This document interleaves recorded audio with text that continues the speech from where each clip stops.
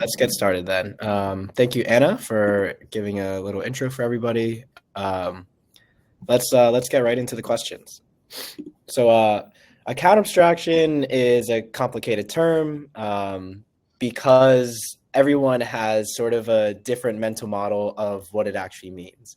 So I think it would be great if everyone could go around and kind of, without too much nuance, just give your personal definition of account abstraction. Sure, I am happy to start. So, I mean, first of all, account abstraction is an absolutely terrible name because, yeah, it means a lot of different things to different people. And the name itself, account abstraction, uh, uh, is very vague and leaves a lot to interpretation. But at a very high level, account abstraction is the act of removing the verification logic from the blockchain protocol and the account itself. The reason why it's kind of confusing is, well, I think really when people talk about account abstraction, they really mean one of two types. There's like a light account abstraction, which is kind of what ERC 4337 gives us, which is relying on extra protocol means to allow accounts to define their own verification logic. And then there's like strong account abstraction, which is where directly in the protocol, any kind of signature or validation logic can be used to initiate a transaction. So I personally prefer the term like smart accounts for this reason. And I think it's also a better descriptor for like this new wave of activity because it's more focused on, the accounts and how do people fundamentally, interact with the blockchain rather than what's happening what is or is not happening at the protocol level. So I'll go next. First, I agree with John. It's a terrible name. It's called account abstraction because it was named by protocol developers. The account is abstracted from the protocol perspective, not from the user perspective. So yes, it's a smart account is a much better name for it. Now, what is account abstraction? For me, it means adding programmable logic to all aspects of the account, making everything programmable. And then it can really mean different things from different users. So what are we abstracting? We're abstracting authentication, meaning proving that you are the person authorized to perform a certain operation. Abstracting the authorization.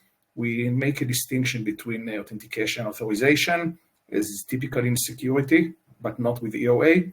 Authorization means what you are allowed to perform, because now you can have different authorizations for different signers. It means abstracting replay protection, which opens up some interesting use cases. We're abstracting gas payment. So now the gas doesn't need to be paid directly by the account, and not necessarily with Ether, but maybe with other assets. And finally, abstracting execution, which means that you can have things like batching, you can have plugins that do DApp-specific things. So it opens up a lot of possibilities, which explains why different people assign a different meaning to it. Because, for some it would be just make the account as simple as possible. Don't use keys.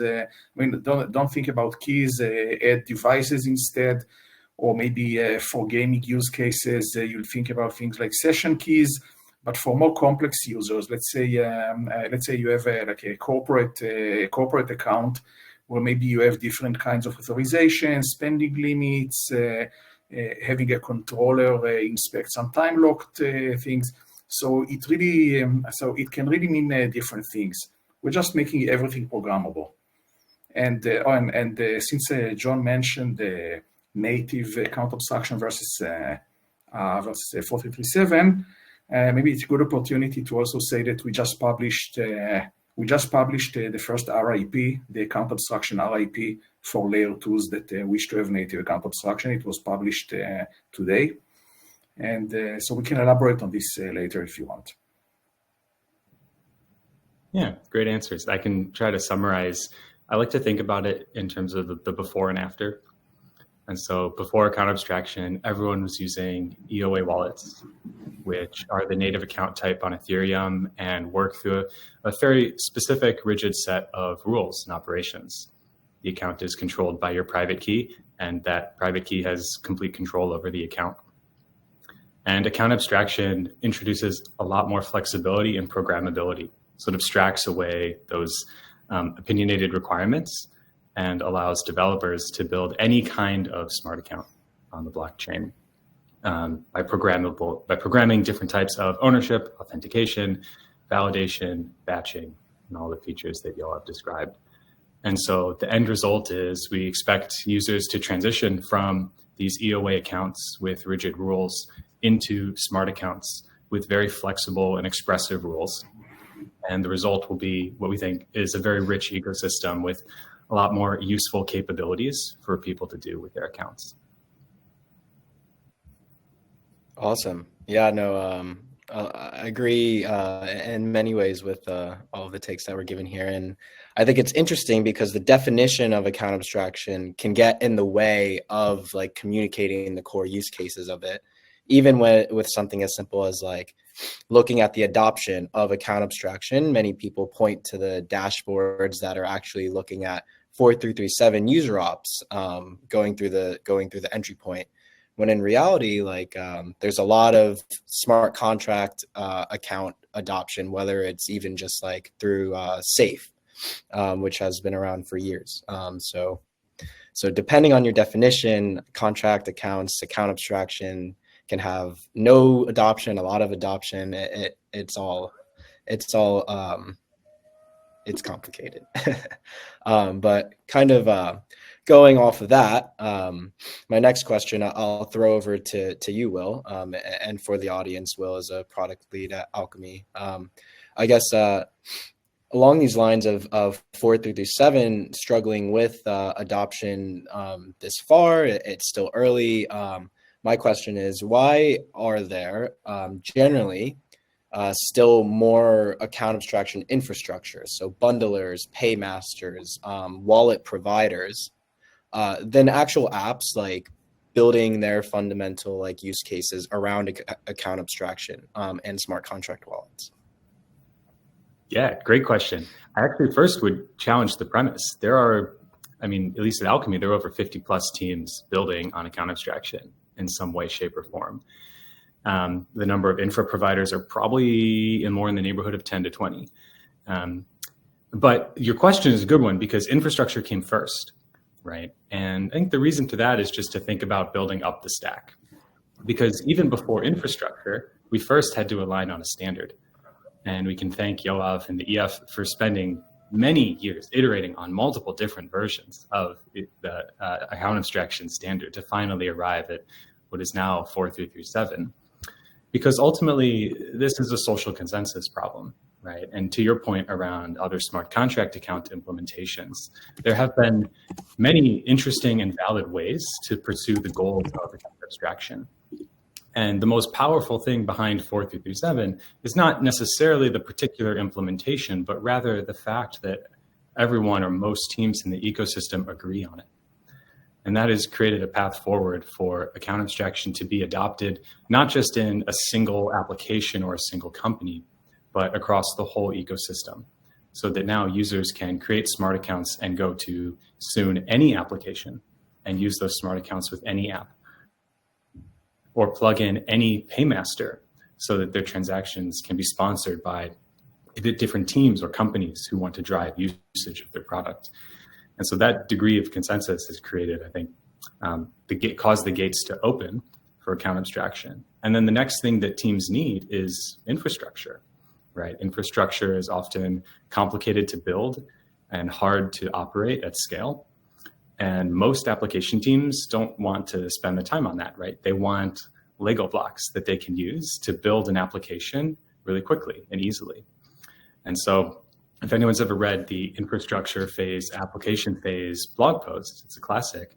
I think we had to start in the infrastructure phase simply to give developers the tools that they need to get started. And in the last 6 months, thanks to teams like Stackup and Alchemy, that has really happened. there are now bundlers and gas managers and SDKs that are available out of the box for teams to get started. And that's why we've seen, even in the last few months, we've crossed 3 million user operations on layer 2 networks, and I think over 5 million in total. Usage has really started to take off because the standard is there, and now the tools are there for applications to build. Yeah, That's a great answer. Sorry, go on. Go on. Oh, sorry. Yeah. Go for it.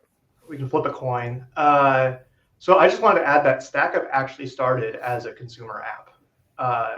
So me and my co-founder were banging our head against the wall trying to figure out why user experience on blockchains sucked.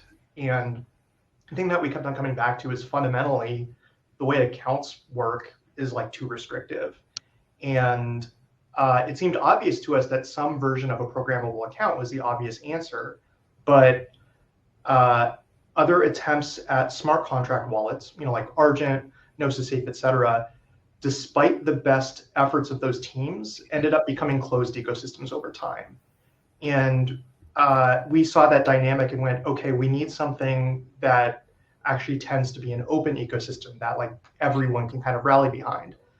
Around that same time, fortunately, Yoav and a bunch of other people at the Ethereum Foundation published ERC 437. That was in September of 2021. My co-founder, Hizim, and I were like, okay, that's it. Like, we quit our jobs in October and had to build all of ERC 437 basically from scratch, just based off of the paper, which was a nightmare. And yeah, it took months and like even still wasn't very good. And we recognize that the strength of ERC 437 is that, everyone can build on top of it, but people won't be able to build on top of it unless there is, that fundamental infrastructure. And even though there's now, a handful of bundler providers and other kind of tooling, it's still really hard to develop applications with smart accounts because it's so new. One thing on the infrastructure side that I think makes it feel like there's a lot more infrastructure than there are applications building on top of it is because there's kind of a lot of similar infrastructure being built.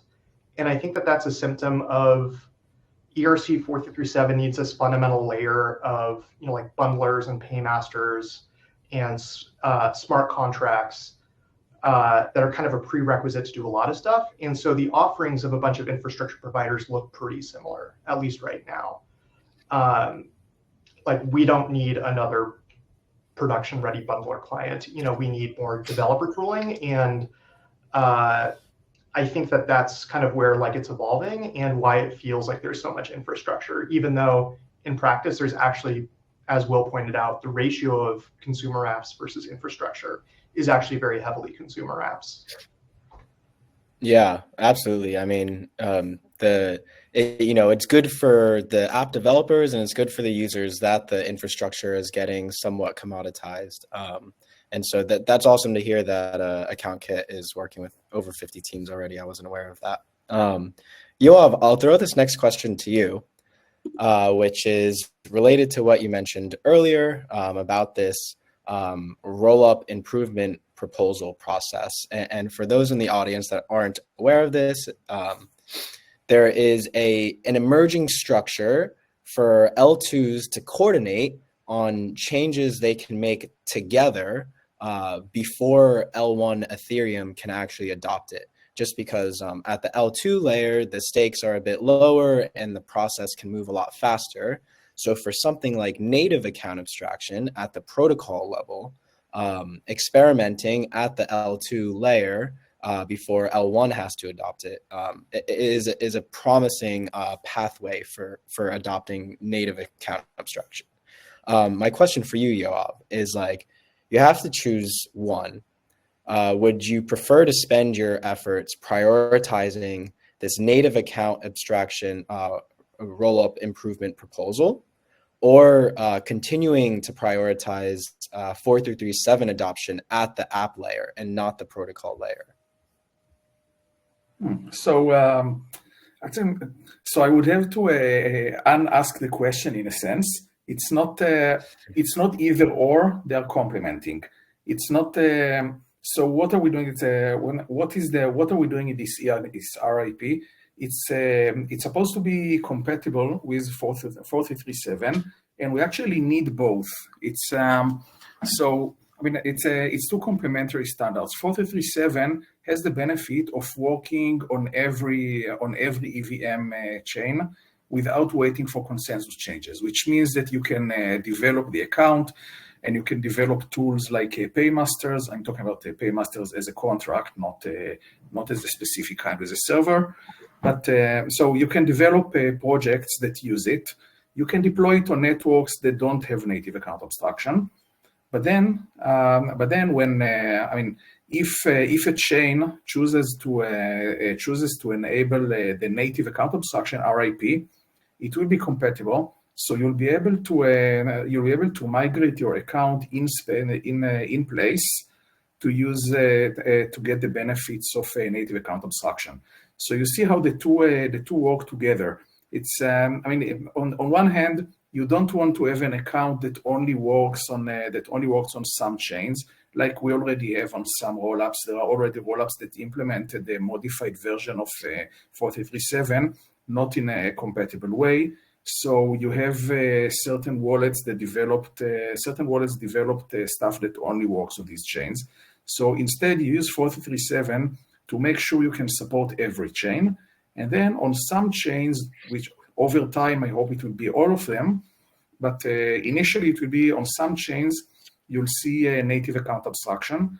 And I think that the more chains adopt it, the more other chains will be pushed to also adopt it, because it will be a competitive advantage to them. They will get benefits like gas efficiency for these transactions. They'll have benefits such as having account abstraction as a first-class citizen, which solves problems like the ATX origin checks. So there will be a good reason to switch to it. But I think it will take time. That's why we're going to work on both of them in parallel. So we're going to continue promoting 4.3.7 and at the same time finalizing and promoting the adoption of native account abstraction. Yep. No, that checks out. Of course, the native account abstraction and at the app level, they work hand in hand. I think it would be interesting to explore, just hypothetically, like which one you find more important, but very good. You avoided the question. I can explicitly say that we cannot, none of them is more important than the other. I think that it wouldn't be possible to get the adoption of the latter without the former. So they work together. It's not I can't say that one is more important than the other. Absolutely, yeah. I think okay. I do think the application work will probably be more of what we see in the next 12 months, Austin, to the point of we've sort of just reached minimum viable infrastructure readiness in the past few months. So I think next step is just hopefully see an explosion of applications using smart accounts. And then to Yoav's point, that will pull and motivate the chains to adopt account abstraction in an even deeper layer. 100%. Native account abstraction at the protocol layer as the North Star, and then adoption at the app layer in the short to medium term. Sounds like a great plan. Okay, cool. This next question I have, I'll throw to you, John. So as some of you may know here, account abstraction usually has to do with smart contract wallets. But for a lot of the same features that are enabled by smart contract wallets, you can actually get with an EOA by using, say, like MPC and relayers and stuff like that. So when it comes to, say, like sponsored transactions or social login. So I'm curious, John, like when does MPC make more sense than smart contract wallets? And when do smart contract wallets make more sense than MPC when there is an overlap on some of the features? Yeah, so MPC is a technology that's great at abstracting like secrets from like the authentication process for users.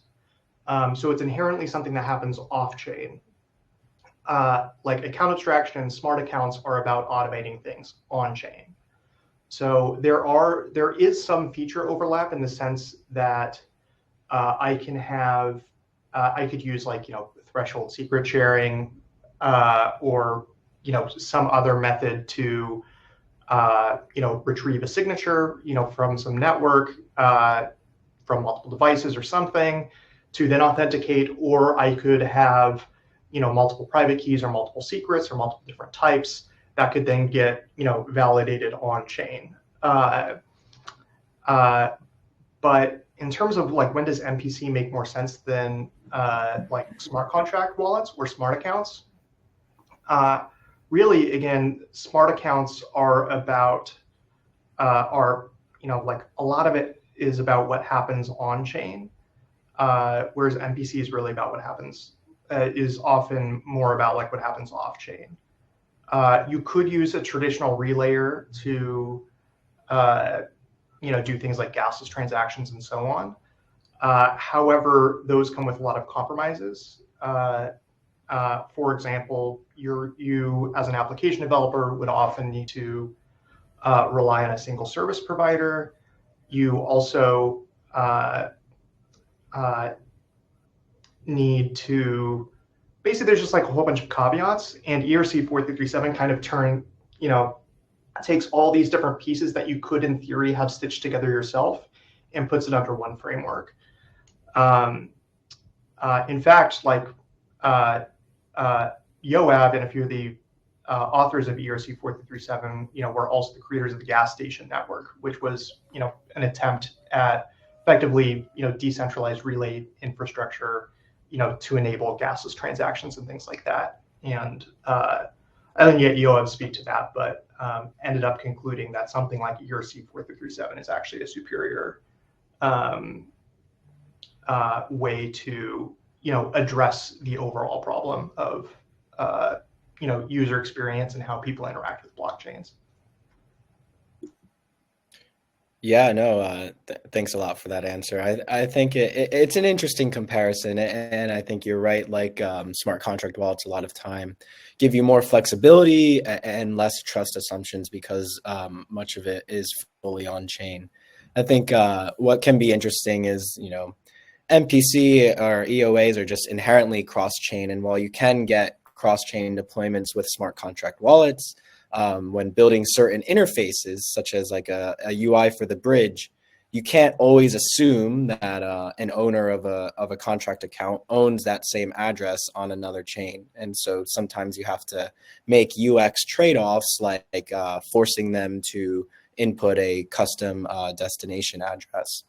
But with MPC, I think the biggest thing is like, MPC doesn't let you revoke keys from entities you don't trust. And so like in the wallet maturity timeline, like I think on the long-term horizon, contract accounts and smart contract wallets will win out as the tech gets built out.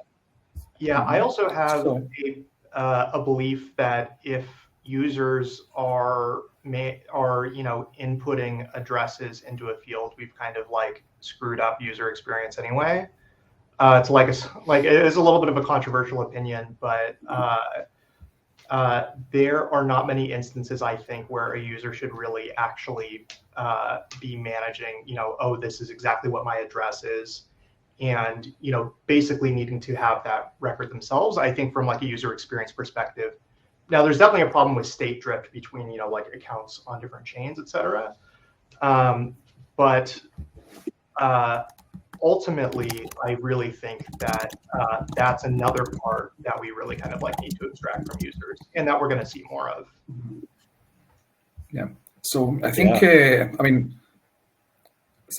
so the one use case where MPC is superior is if you need the wallet to also support chains that don't have smart contracts. So we can't ignore that use case.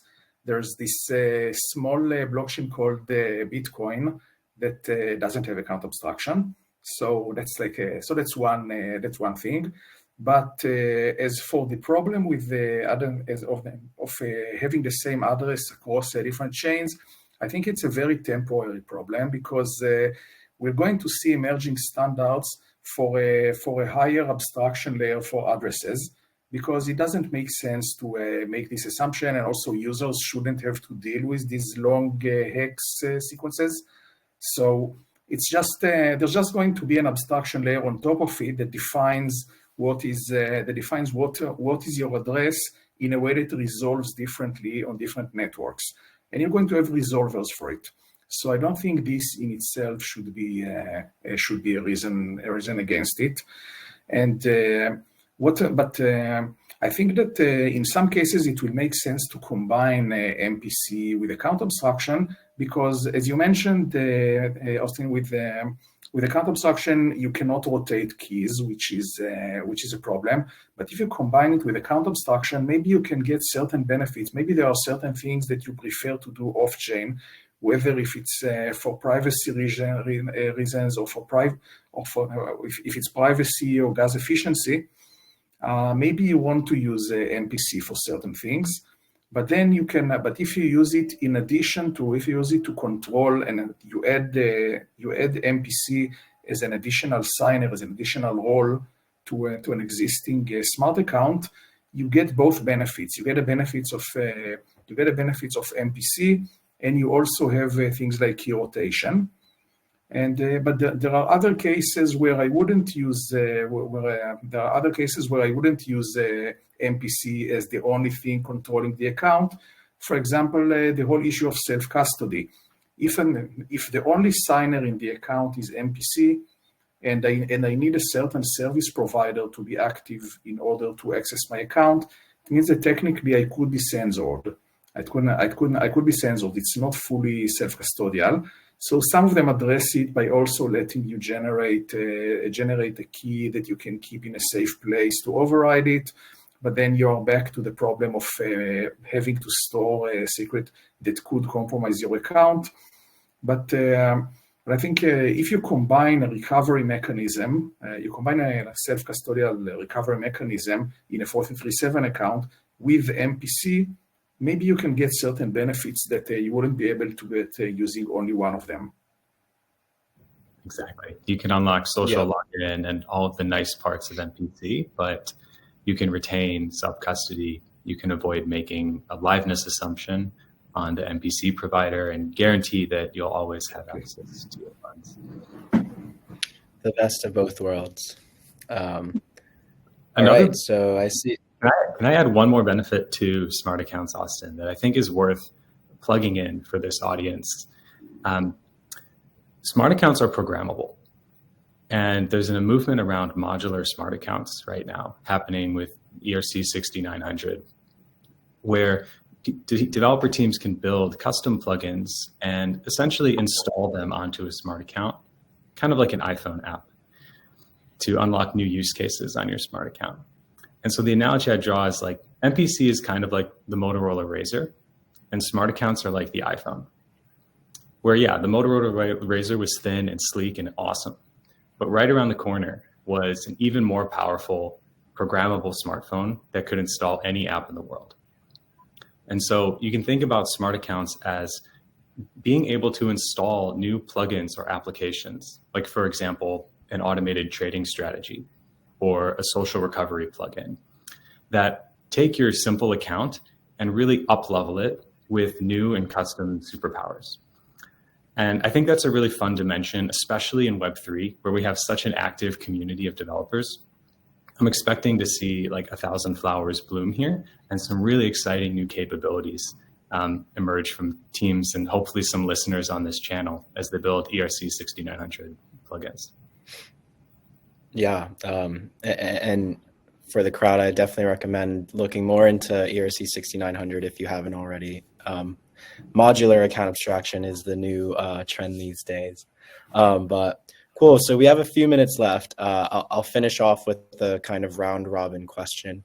So there's quite a few smart contract wallets out there that are not 4337 compatible, whether they were created before the standard actually existed, or even newer ones. I won't name any names right here, but there are some popular ones built by very reputable teams who are choosing not to build with the 4337 standard. So if everyone could go around, we can start with John. For these smart contract wallets that are not 4337 compatible, on a scale from 1 to 10, what is their alignment score with account abstraction? Well, I mean, they've got a lot of the same goals that we do, the ones working on ERC 4337. I think like one thing to take a look at is there's all these teams that had started on their own path where they had to kind of, create their own bespoke version of account abstraction with, popsicle sticks and bubblegum, and were already kind of on that path when ERC 4337 happened. So there's a lot of teams kind of like, who are just starting in a different place than from scratch. And it's really hard to transition to ERC 4337 if you've got all this other stuff built up. So, so I certainly don't want to think of them as, defectors when really like they're, often not defecting from anything because like it wasn't there in the first place when they got started. One of the awesome things about programmable accounts, ERC 4337 or not, is that you can almost always upgrade them over time. And ERC 4337 really kind of only requires one more or less interface within the smart account itself to validate the actual operation. Now, an account has to also comply with a bunch of other rules for how it actually validates, a user operation. But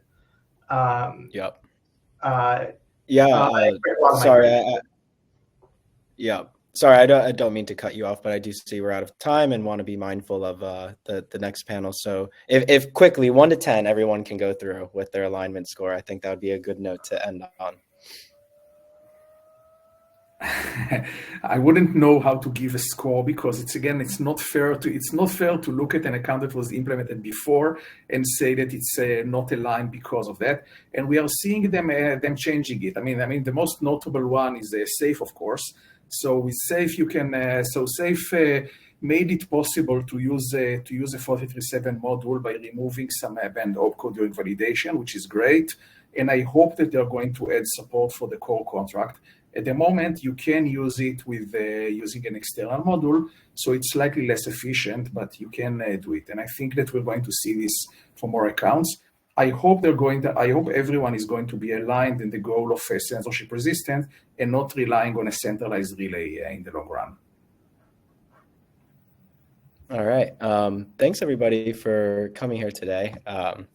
I do think there are some wallets that aren't quite as happy with the 4337 standard, but I agree. In most cases, we are converging on a standard which will be great for almost just about everybody.